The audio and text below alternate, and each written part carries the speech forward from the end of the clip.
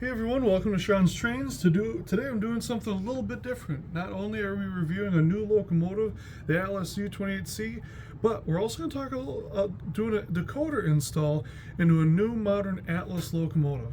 So, the reason I didn't buy this locomotive with sound is because I wanted to add a keep alive, which you can see I did here, tucking it behind the front lights.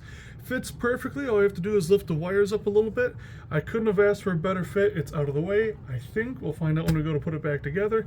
And because new Atlas Master locomotives, I'm not sure about the train line, but I'm sure they do, come with the speaker already installed. So I don't have a need for these wires. So we can actually nip those off, which I'll do here in a minute.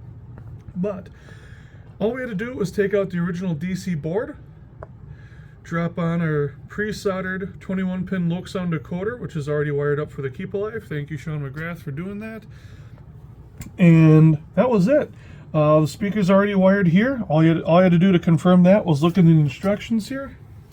And I saw that it's got the plug coming into the board, so the speakers are wired up, ready to go. So let's give this a shot, throw the shell back on after we snip these wires off, and we should be set to go. All right, so we're going to take a look at this U28C. This is a DCC ready version from Lombard Hobbies. This was $130 plus shipping. Great selection at lombardhobby.com. I purchased there because I shopped around locally and didn't find what I needed. I wanted this without sound so I could add a Loksound 5 decoder and a keep alive. And when I went to Hiawatha Hobbies, I found out that they didn't have any in stock because Loksound is now producing, but apparently has not shipped them yet.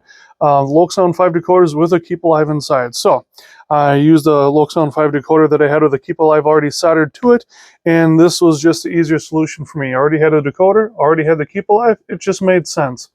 So we're going to take a look at this guy real quick. I really like it so far. This has been a bargain purchase for an Atlas Master locomotive. I'm really excited to see how it does on the layout. I'll put up some pictures about the sound install. It was very easy, very simple. So we've got UP number 2803 here. And I mean, it's just your typical Atlas. I haven't bought a new one of these in a long time, but I gotta say, I was really impressed with the grills and the radiators back here. Very fine, very smooth, very thin. I can't speak to the prototypical accuracy for it, for this model, but I thought this is a very detailed model. Let's see if this paint comes off. Yeah, there's been a few paint chips and stuff on here I've noticed. Like loose paint that's come loose. I don't know where it's come from, but it has. I've seen a few.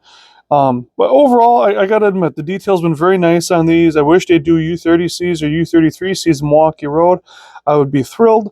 But just the typical stuff on the back here. You get your train line hose, which doesn't really move around much. It's kind of just against the pilot there.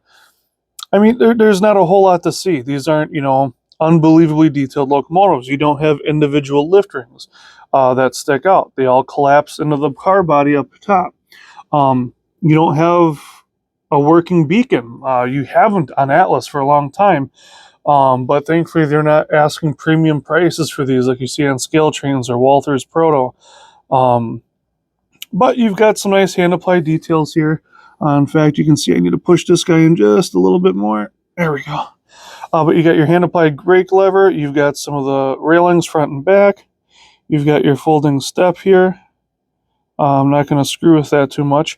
You got your coupler cut levers, your different MU hoses. Obviously, I upgraded to semi-scale couplers. F6, at least on my decoder, activates the individually applied number board lights. So you've got your headlights and your number board lights are separate. We'll see how those compare. I'm really interested to see how those look against the Proto 2000s, which are backlit. And there's a lot of bleed through, so I'll be interested to see how that does. Mine does not come with cab shades, so I didn't have to apply those.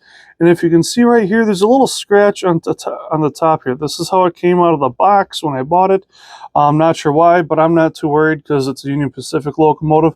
Basically, the reason I bought this was in some of the trackage rights that Milwaukee Road shared with UP, they had to have a UP locomotive leading. Now, don't quote me on this, but from what I've been told and understand is they had to have a UP on the lead because of the in-cab signaling systems. I don't know how much truth there is to that. I have not done a ton of research, but I've seen enough photos of UP leading Milwaukee Road stuff and Union Pacific just mixed in with Milwaukee Road that I thought, you know what, it's a new locomotive. This could be a lot of fun. I get another decoder install under my belt, which isn't terribly difficult on this. And it would just fit in well. So I hope I got the right paint scheme. Don't think there's too much to have to worry about. I'm not that big of a rivet counter yet. With that said, everything is super nice on here. Even the exhaust on here has got some nice detail to it. Nothing spectacular. It's just a very simple piece, but it is nice. You got the horns on here. Again, $130 for this with DC, $200 with DCC and sound at Lombard Hobby. This is an easy deal. This was such an easy purchase.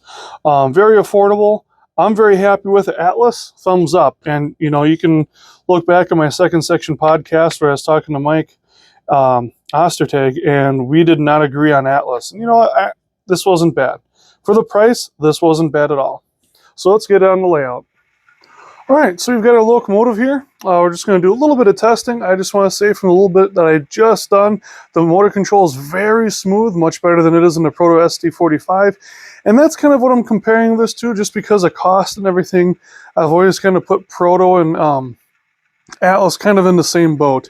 Pun unintended here with this U-boat we got.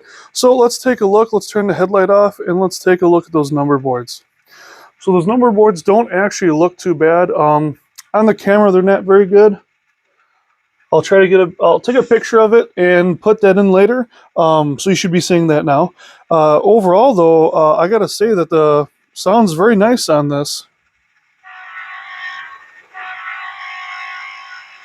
Although, if you can see, the number boards are set up for a beacon. So if I blow the horn, or ditch lights, I'm sorry. So those are set up. So I'll have to change that later on.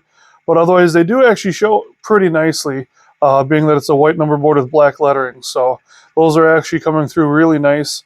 And let's take it for a slow speed walk here. Let's just go one speed step here.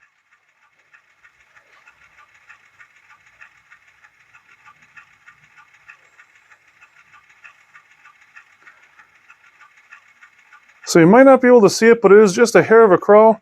We'll go up to speed step 2. Much more noticeable, very smooth. But we don't get any revs up in the motor or in the engine, prime mover sound. So with that said, I'm going to run this around a little bit. We're going to do a little switching, and we'll have the final review here in just a moment. Overall, this locomotive had very good slow speed operation, operating with a standard NCE Pro cab. I had a lot of fun just running this around in Harvest here, switching out some cars. It did a great job pulling, as powerful as you'd expect it to be. When I took the shell off, I was actually surprised how much space there was in there for a decoder, keep alive, etc. And I think it'd be very easy to add a beacon to this if that's something you're interested in. Overall, I couldn't have asked for a better locomotive for the money, and I'm really glad I bought this. Alright, that's it for the review. This is the Atlas U28C. Thank you for watching. Please like, share, subscribe. It helps the channel incredibly. And don't forget to check out my events coming up this year for the New Berlin Model Train Swap and Show. With that, you guys have a wonderful weekend. We'll see you in the next video.